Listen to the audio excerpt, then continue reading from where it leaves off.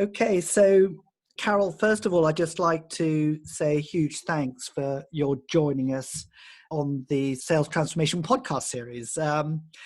As you know, we're doing a trilogy on the topic of resilience. We're looking at resilience as far as how to build resilience into organisational effectiveness. We have Sir Graham Lamb joining us, ex-British Army and head of the SAS. And then we have an Antarctica explorer and an ex-Royal Marine as well, talking about personal resilience. And then we have yourself here on the podcast series talking about resilience and coaching for resilience in particular, which I know is your speciality. But before we get started, Carole, I'd love if you could just to give us a quick potted history of who you are and how you came to be focused on this particular topic. Right, thank you. And thank you for inviting me.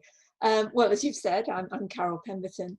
I've been working as an executive coach for 20 years. And prior to that, I worked in business schools, consultancy, did research, and wrote quite a lot about topics around management and careers, particularly careers, and also around how can managers coach people they work with. So coaching's been a big, big part of my life for most of my working life.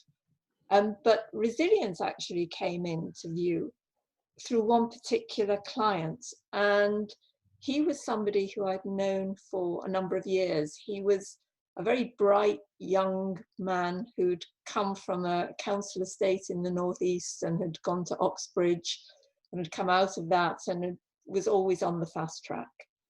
And I'd worked with him through a number of career moves. And all of them had the same pattern, that he would take something on that was a stretch. He would have a tough first few months and then he would triumph. That was the story. And then he moved into a role in a different part of the organization. And when I met with him, over time, I began to notice there were some changes. I noticed that whenever he talked about his team, it was with anger about how they were letting himself down. And yet I knew he was someone who really loved working with teams. When he spoke about his boss, it was all in terms of what they weren't doing and how they were failing him. When I looked at him, he looked exhausted. And he was telling me that he could only sleep if he went through really rigorous, extreme exercise regimes. And, you know, with each session, I felt as though I was sort of like patching him together, and then he went off. And then he came back and there'd be another crisis. And eventually he became ill and he was signed off with stress. And at that point, I had a feeling of I failed him. Like, how didn't I see this coming? Why was I just dealing with little symptoms and not standing back and getting a bigger picture? But luckily, when he came back to work, he said to me, I never want this to happen again. And can you help me? Can you help ensure that I learn how to do things differently? And he started using the word resilience. And so I became both very committed to helping him, but also really curious about what is this thing that we call resilience, which has now become a word that's everywhere, you know, but it wasn't so much in those times. And so that's what I did. I started reading, trying to find out as much as I could. And then eventually it led me to doing my doctoral research. But if it hadn't been for that one client, perhaps it would never have developed in that way.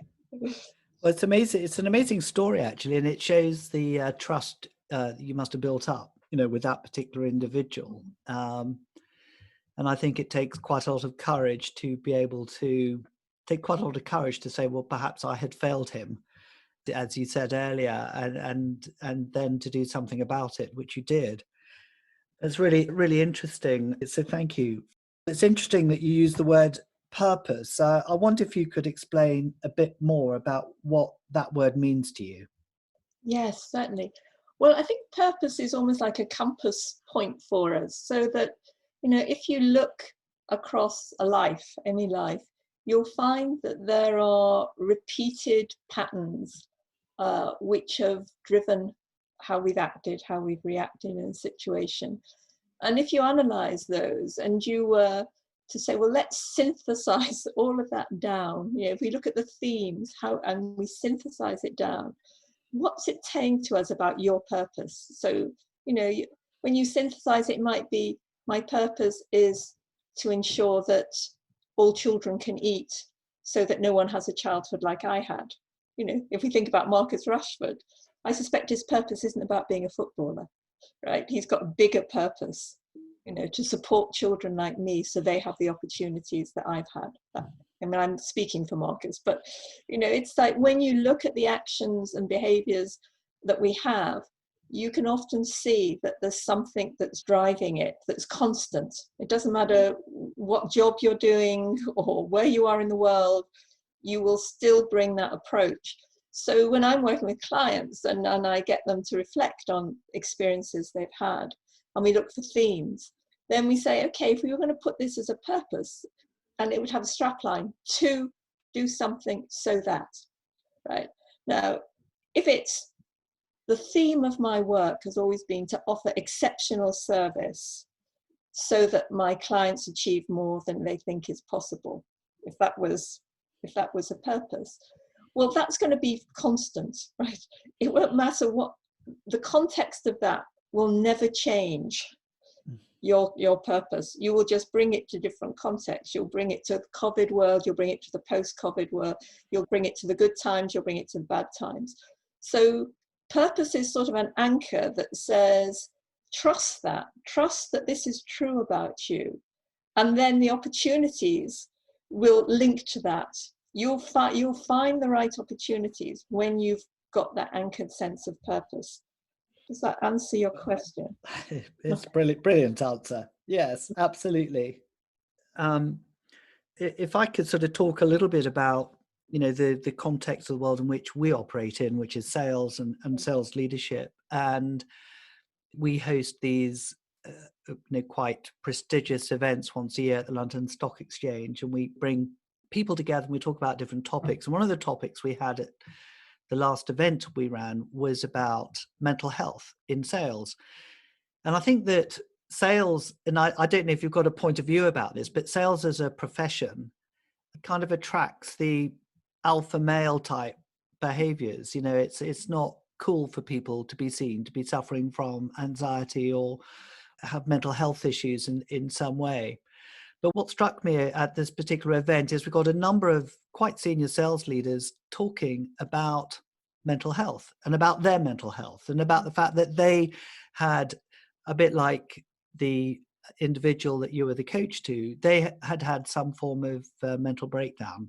And what was very interesting is to hear them talk about how they used that anxiety to bring out their best in the world of sales. And in fact, some attributed their success to the fact that they did have that mental breakdown. It was a factor that had stayed with them. So I don't know if you've got anything you'd like to say about that particular story. That's interesting, isn't it? Because anxiety can be a fuel to performance. So I can see how that would work. But are they saying that when their anxiety led to a breakdown, that it caused a reassessment? Or, I mean, what was the impact of the breakdown for them? Well, it was a reassessment. In this particular case, the individual couldn't get on an aeroplane and had to see a doctor when they arrived at a certain country, and he had this sort of huge panic attack, and he realized that actually he needed help. And when he came back to the UK, he received some counseling, and they started to sort of unravel. So I'm sure that there was, you know, some reflection, and I'm sure that he also sort of went through a process of trying to figure things out. And he knows that he is prone to being anxious, but he's certainly learned to live with it, and he uses it and talks about it now in a very positive way. So not sure if I've answered your question fully, but it was just interesting how people, you know, perhaps it's about being resourceful, do start to fit, you know, I've got a choice to make here, perhaps, you know, if they're lucky enough to be able to think that way, I've got a choice to make. How am I going to deal with it? I can either let it win over me, or else I could learn to live with it. Because I'm not sure if it ever goes away. I mean, I just don't know.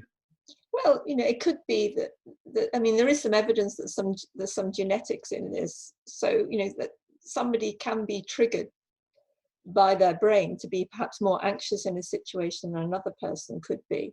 And it may well have fueled their sort of performance. But I think often when people have something dramatic happen, like your sales colleague, is what it does is it makes them much more aware of their processes, so that they can start to notice, oh, I'm going into that stage again, and I now have some choices. Whereas before that, I imagine he was just driven by the anxiety, and then it led him to an outcome which wasn't healthy. But I think that ability to sort of start noticing yourself and then think, what is the choice I've got in this moment, is a really important one in terms of staying resourced. Not that we can get rid of anxiety. I mean, some people are just naturally more anxious, but people can learn ways of managing it. And, I'm also mindful of Brené Brown, who some of your listeners may know, and her work on vulnerability. And she talks about how it's actually in the moment of becoming vulnerable and recognizing your vulnerability that you become resilient. So when you're in the alpha, I am tough, nothing affects me, I can power through, it's like you're armored. And that can get you through, but it also keeps you separate from your feelings, and it can keep you separate from other people. And she's done a lot of research on this to show that actually it's at those times when people face their vulnerability that they actually start to access their resilience, by facing into it, rather than how do I keep away from it, how do I keep away from those feelings, that actually we do become much stronger. That's fantastic. Yeah, thank you. It would be interesting to hear your point of view about how you define the word resilience. I'm sure that you must have explored what does it mean? Yes. Well, I looked at, there are hundreds of definitions, every academic has a different definition. But eventually, and I looked at them, I thought there seems to be a school of thought that thinks it's about bounce back. It's about you get knocked down and you pick yourself up. And you get shaken, but eventually you'll steady yourself. And there's a sort of Japanese saying that says, knock down 7 times, stand up 8. So there's that school of thought, and there are books written around that.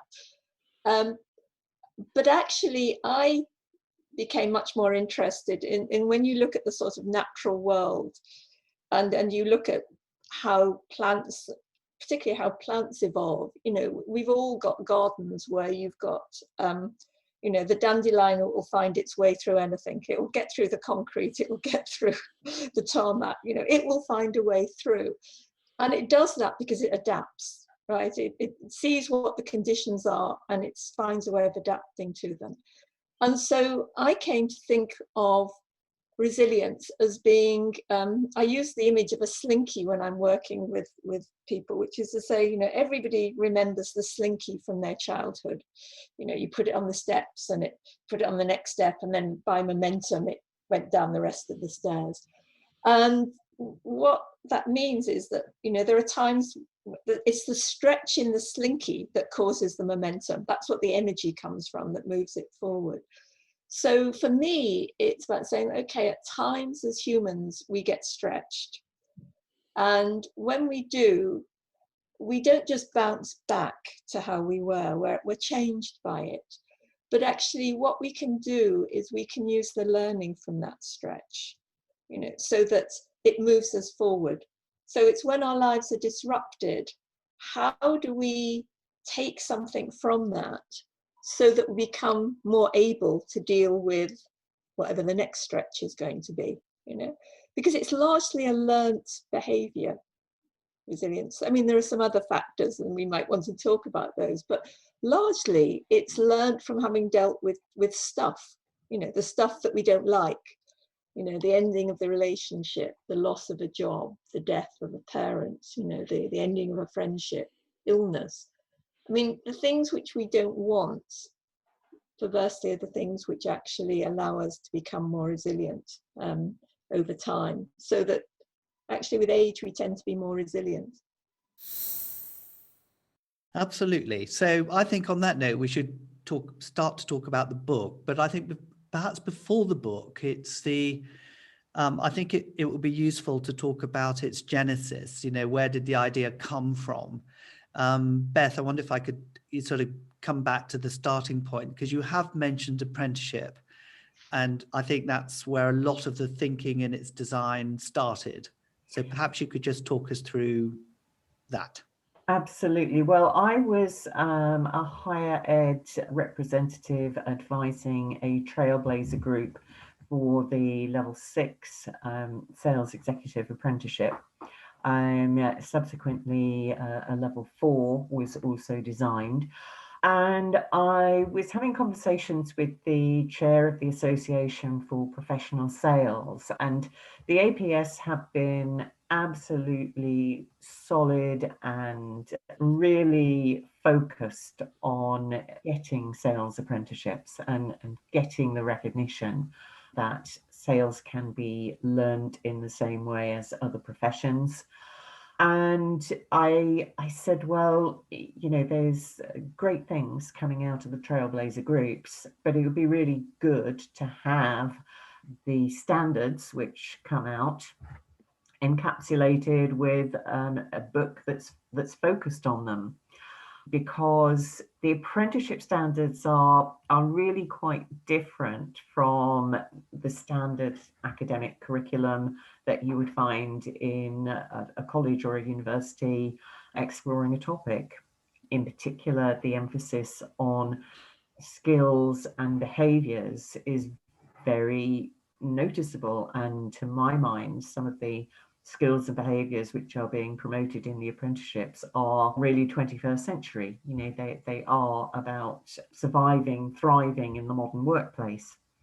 So I was semi-retiring at that time and said, well, okay, I'll have a crack at it. And then fortunately, Jeremy was able to come along and help me after I had immersed myself for the first draft of content, to try and organise that into something that was going to be the living, breathing item that it is today. So for those that might be listening to the podcast that don't know the situation in the UK, 0.5% levy is charged to those organisations who have a salary bill of more than 3 million. And this goes into a digital levy account. And that can be used by corporates against approved apprenticeship training provision. And the training provision is then provided within the context of a level 4 standard series of training modules, or if it's an undergraduate degree, a level 6, which would be a university qualification, as well as an apprenticeship award. The key thing about the apprenticeship is the unique relationship between the employer, the student, and the training provider. And the employer's role is critical in the success of the student. They need to know what their learners are going through. They need to know what projects their learners are doing as they go through each module, so that they can then provide the support, the coaching, like we've been talking about a little bit earlier on. And I think that the book that you've produced can be enormously helpful for the employers to be able to kind of reference, as we've been talking about earlier. But is there anything else, Beth? I think we should be very proud of the apprenticeship programs. I mean, they provide opportunities for people in all kinds of roles to really be the best possible. And for employers, I think the advantage is the student is with you. They are being productive as they learn. And so therefore, something that employers have always wanted, I think, which is the opportunity and the government support to help to upskill people they already employ and young people entering the workforce that they want. It's a great framework. I mean, I will moan about the bureaucracy of it at times. I'm sure everybody does.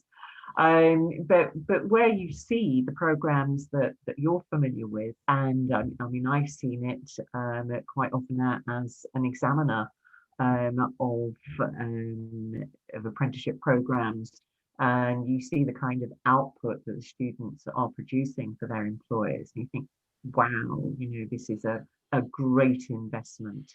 So, and I think for the young people, I mean, what's not to like about an apprenticeship?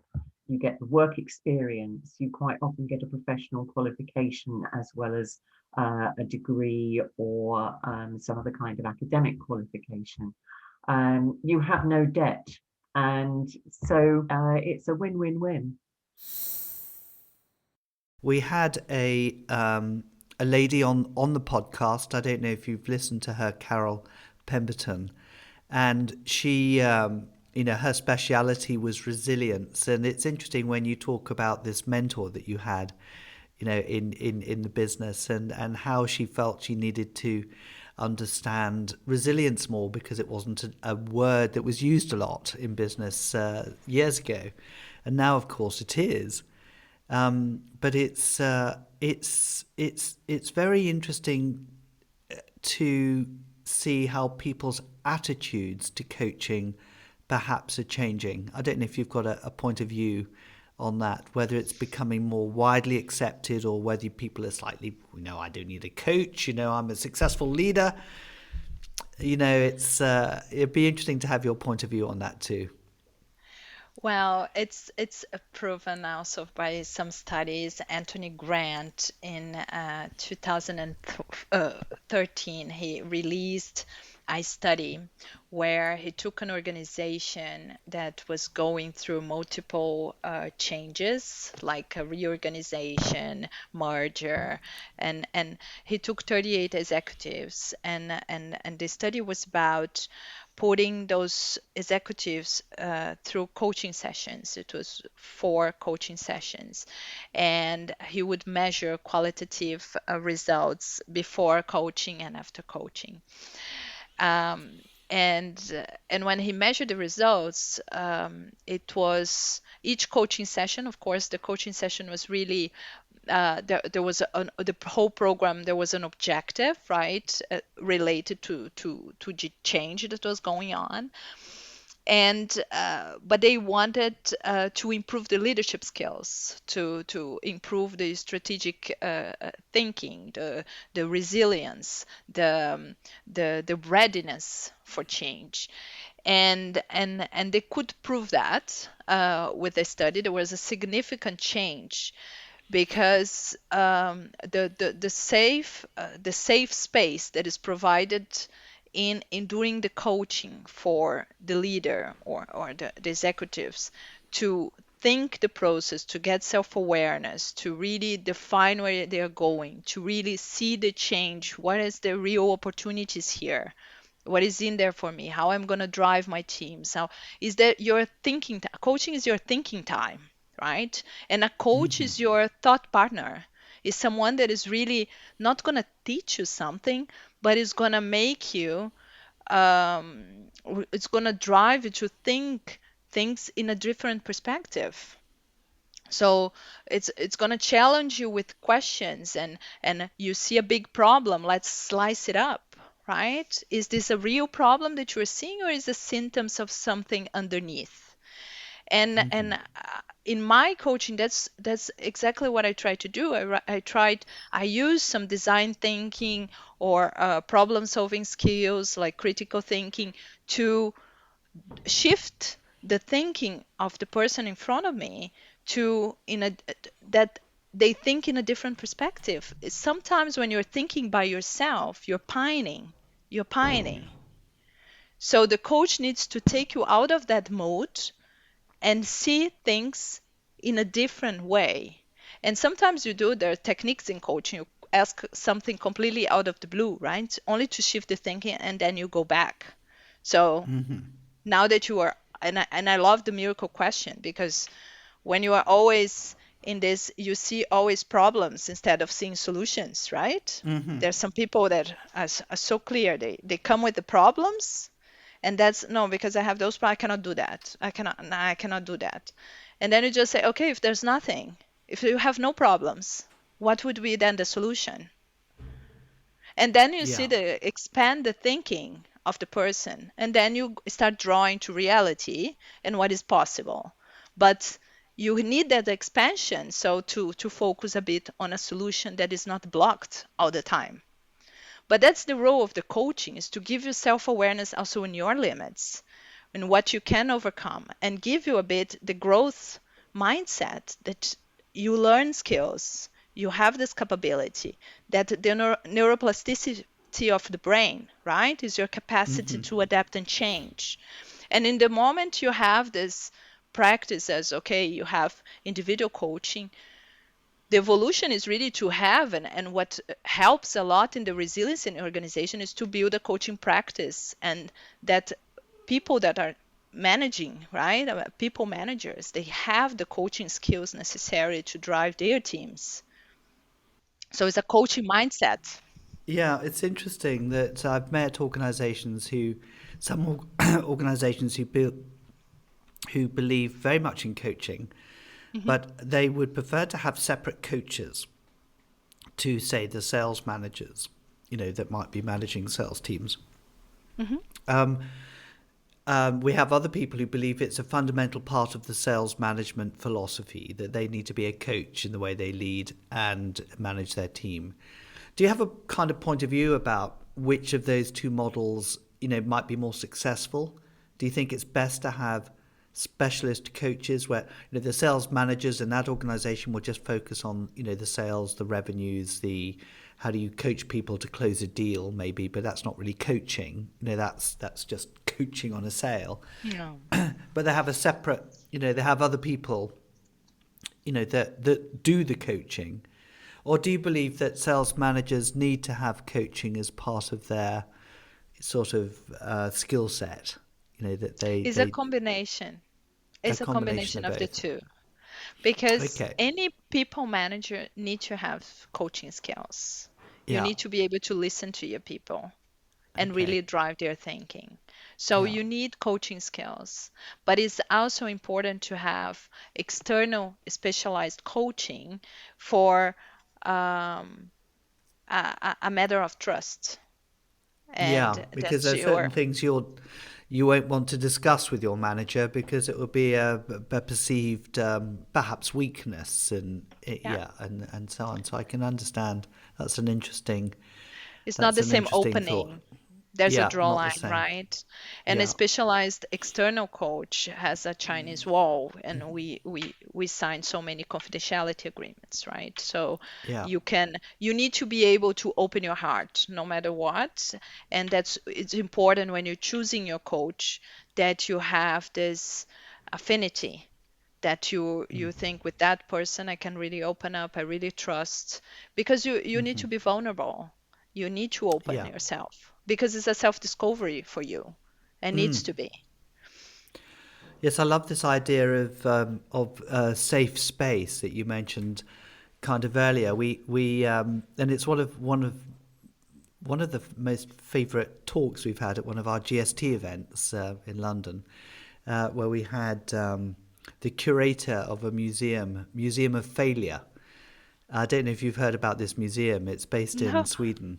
Yeah, you should look it up.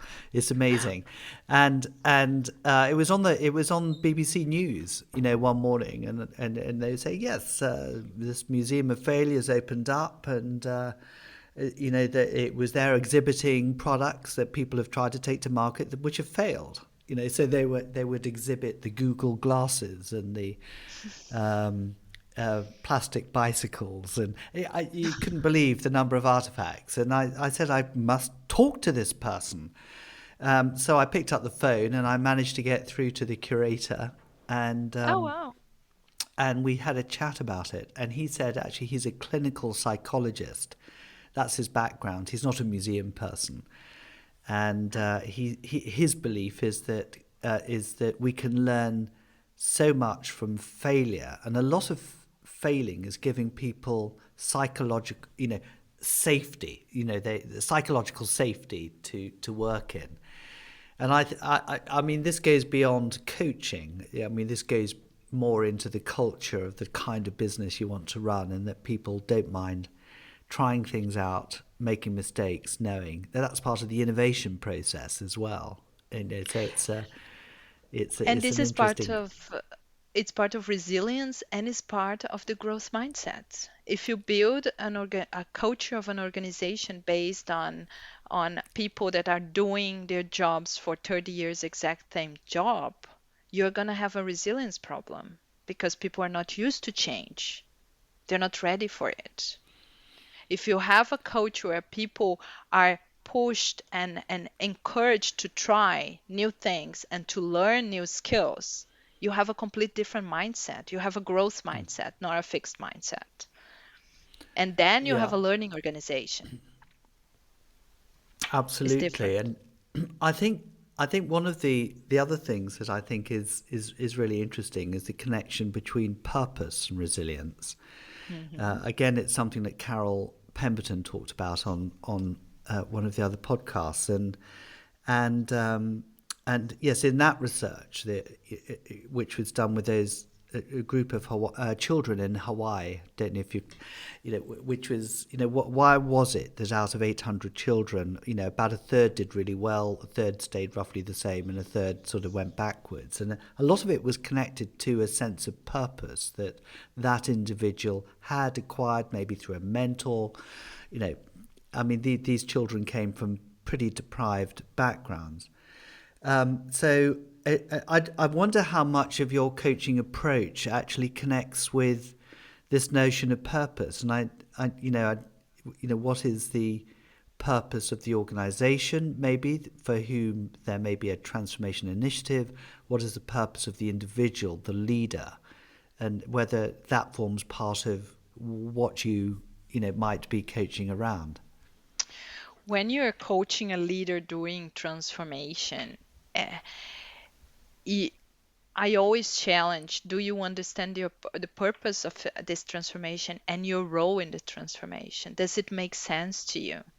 What is the sense it makes to you? Can you talk to me a little bit? And when they make this linkage, and then you have an aha moment, right?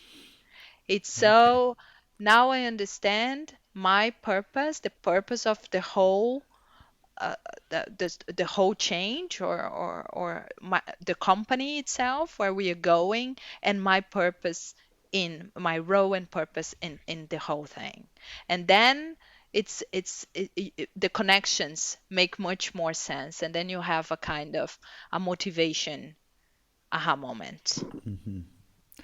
Or not, right? Yeah, It depends or how to not. see it. Yes, because Yeah. of course, if there's a misalignment between, your purpose and the organization's purpose, then I guess that's you have to make a Yeah. decision, Yeah, about because it goes in your core values, right? Yeah, absolutely. Which of course is a topic that's very close to my heart with the research that I did on the doctorate. I think that you began to introduce the term, and I'm not sure if it was you or your colleagues, about Chief Anticipation Officer.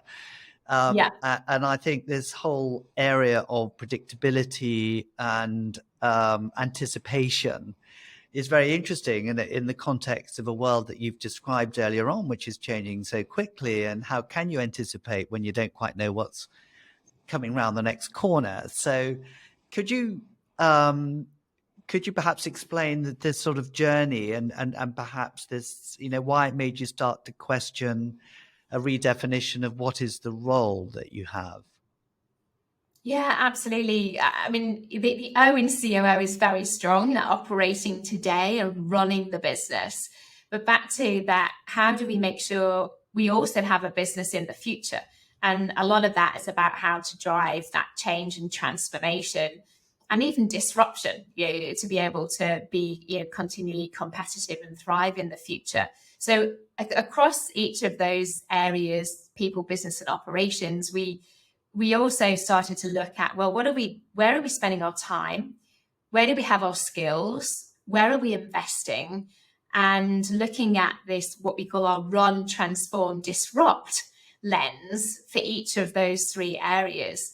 And actually, if you want to build for future readiness, what we found is that you really need to start from the disrupt angle to have many, many different ideas and disruptive thinking, and then experiment and learn so that some of those then start to be more transformational and you can drive transformation at scale. And ultimately, if you do that over a period of time and you get a positive outcome, then that goes into the run mode of the business and is part of the DNA. So what we're actually seeing is, even though the three areas of change with people, business and operations, and then this lens of run, transform, disrupt, we're seeing the need to then have this sort of system that we're creating. So it's disrupt, transform, run across those areas, and we're continually learning within that system.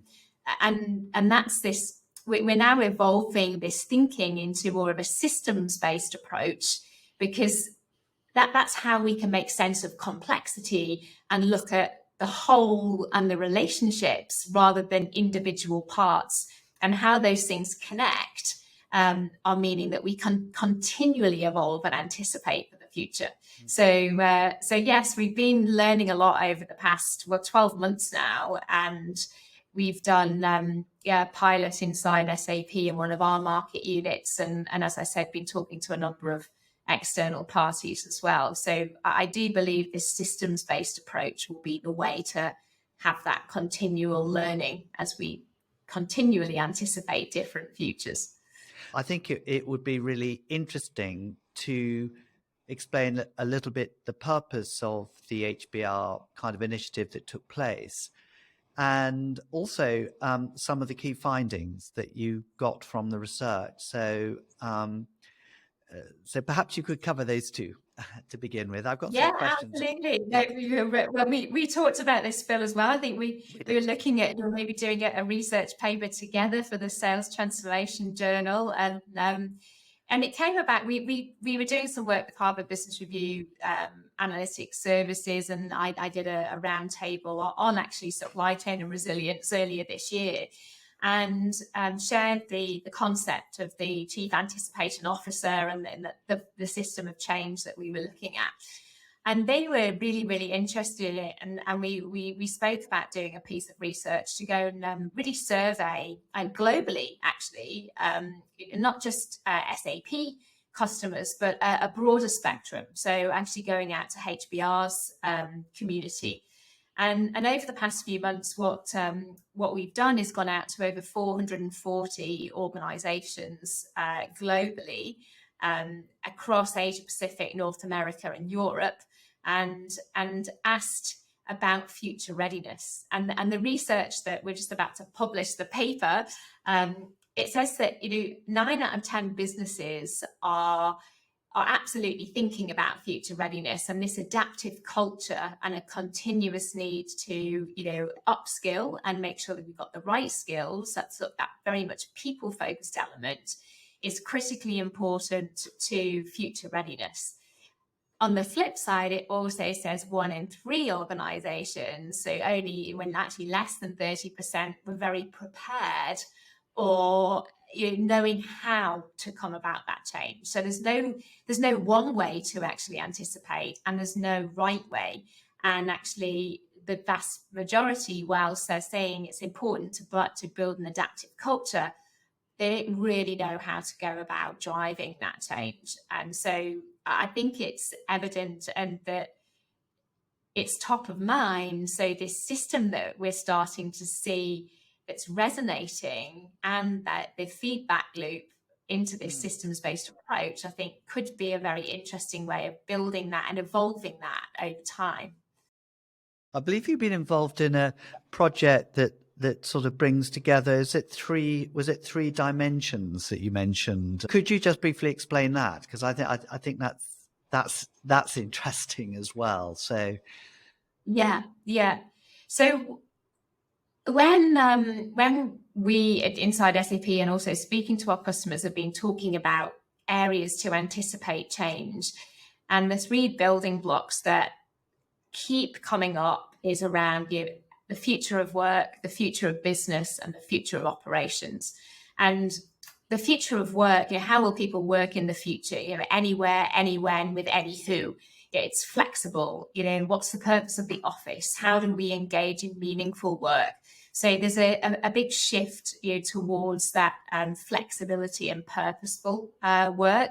And at SAP, we have a big program that we call our Pledge to Flex program, which addresses a lot of that and gives that decision making and the control to the employee to decide how they want to work. The second area of change is very much about, we've touched on it around resilience and sustainability, but how do organizations do business in the future?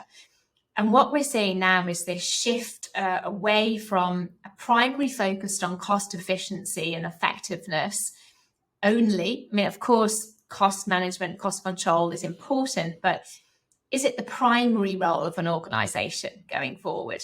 And we're seeing this shift for many businesses to build in resilience, to be more sustainable, a sustainable business, and that experience piece. And that's shifting in terms of that future of business. And then the third building block is the future of operations, and how do we operate really more intelligently by infusing that intelligent tech as the enabler to free up that that human skills time for the more repetitive, mundane, but also to build in technology that learns, machine learning, AI, to actually then evolve those business processes. So yeah, those 3 building blocks of change are people, business, and operations, and that's absolutely resonating in many of the conversations that we're having. So I'm interested to talk to you about your views on management and enablement. And we see often 2 schools of sales management practice. One school is the best way to motivate and get the most out of your sales force is to only focus on sales performance, sales results, to almost have a culture of fear, that if you don't hit your quarterly targets often enough, your job is at kind of jeopardy.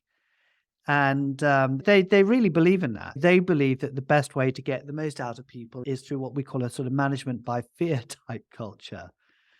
And there's another school of managers, and I think you would absolutely fit into this, that is very much about coaching, and it's very much about using information to help, like you've just said, help people to become more productive. Our view is that probably 90% of organizations, sales managers out there, are probably sitting more in the management by fear seat, for whom these concepts of enablement are going to be slightly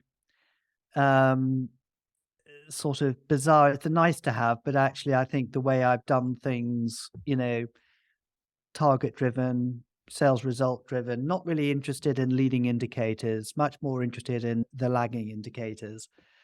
That's how we see it at the moment. Now, maybe I'm being a bit provocative in this, but I'm just, perhaps I'm doing it just to, have a debate about it. But yeah, I'm interested to know what your views are about management, because unless senior management really buy into sales enablement, it's going to be really difficult to bring all of these support functions together. Yeah, and so and what you've just described is one of the challenges that we have as in sales enablement, which is a good challenge to have, because if we manage to transform that, we will manage to transform the way the sellers sell.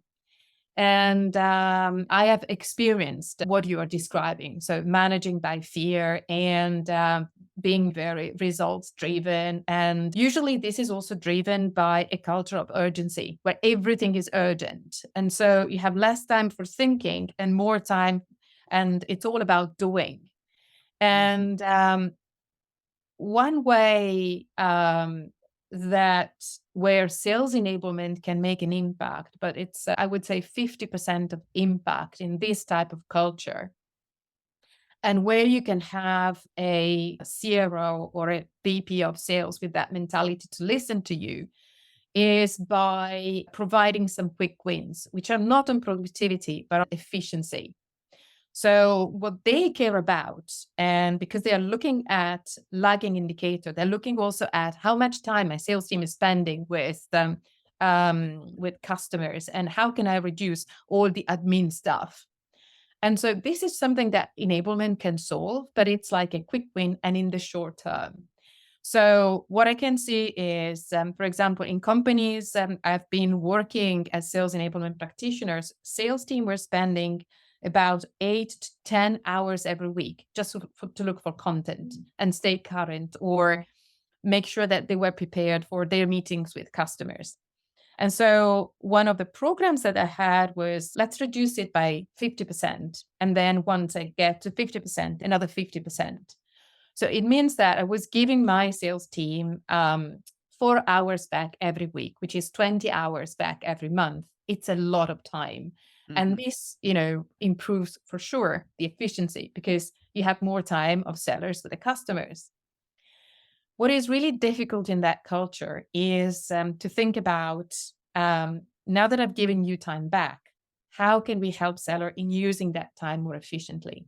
And that's where you need to have more of a growth mentality, where you can use some of that time to help seller to upskill themselves, and some of that time to be more customer facing.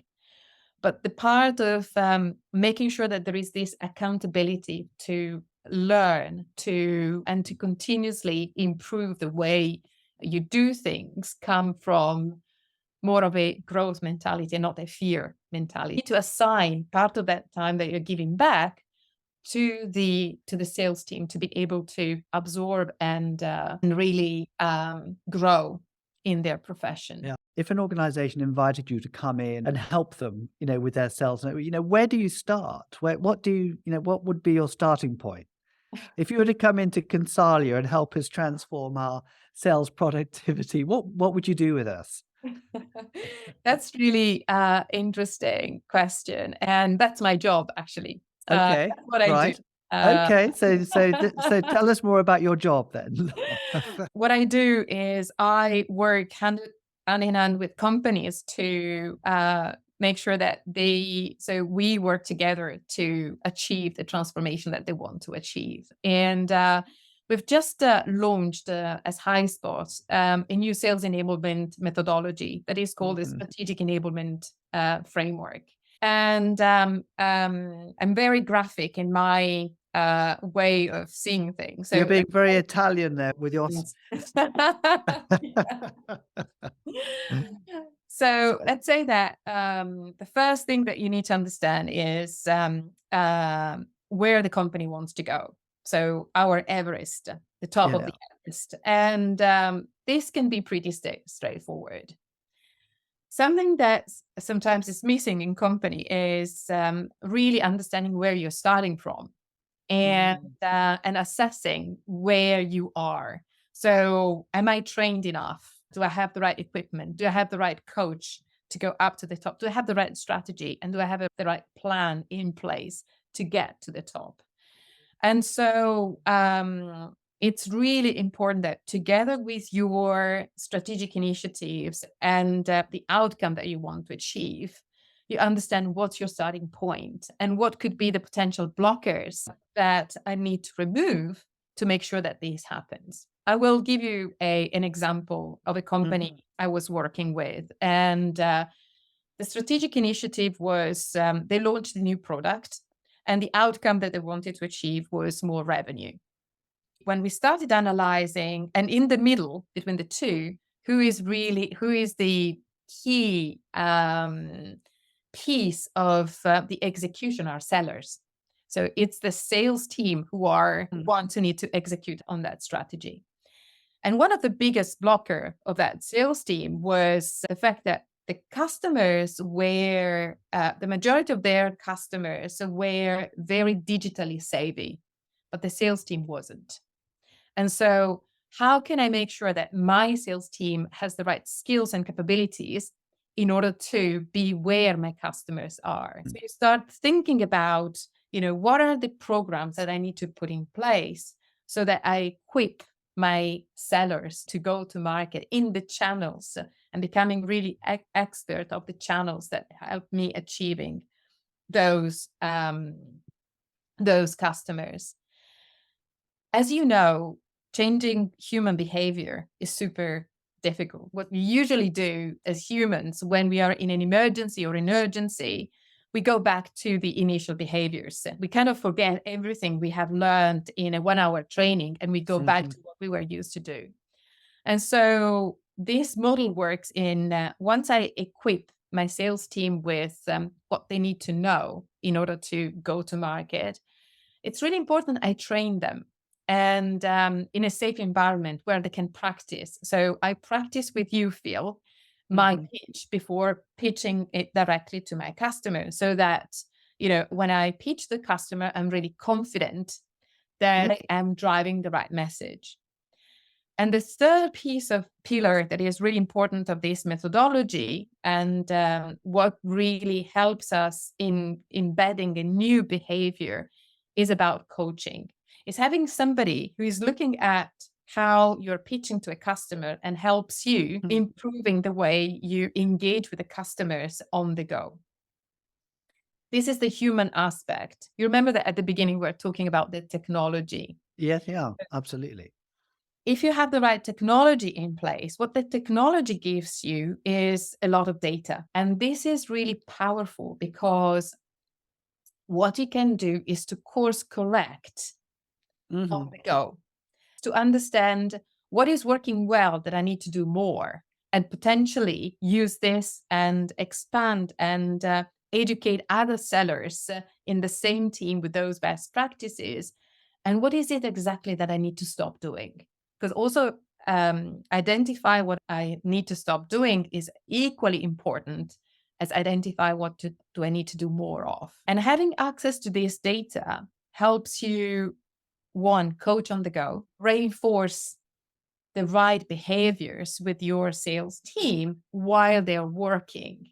And so it's not a one-off, but it happens week 1, week 2, month 1, month 2, until it becomes part of your DNA. And you start using the same approach more and more. And then you need to introduce something new. So methodology is really equipping, training, coaching, and analyzing and reinforcing the right behavior in your sales team. And that's how sales enablement can really help, embedding new behavior, making sales people more agile in what they need to do, and help them achieve their objectives. Guys, over to you. Broadly speaking, what are the biggest shifts that sales leaders need to consider this year? So, I will always focus on the people side of things that sales leaders need to consider. And, the complexity continues, the fast pace continues, the, demands from customers and their expectations continue to grow.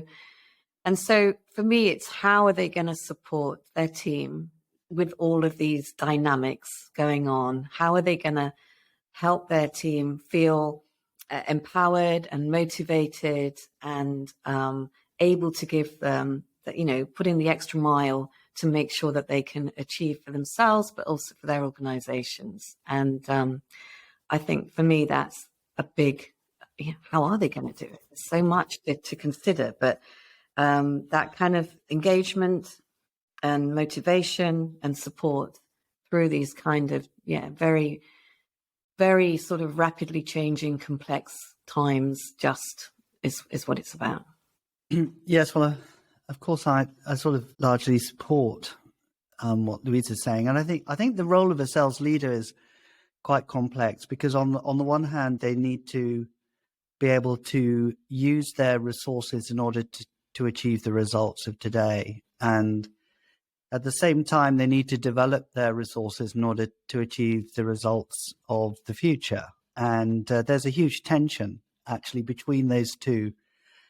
between those two kind of objectives. And within the context of the market in which organizations are having to operate in, like Louise was just saying, there's so much complexity and so much change.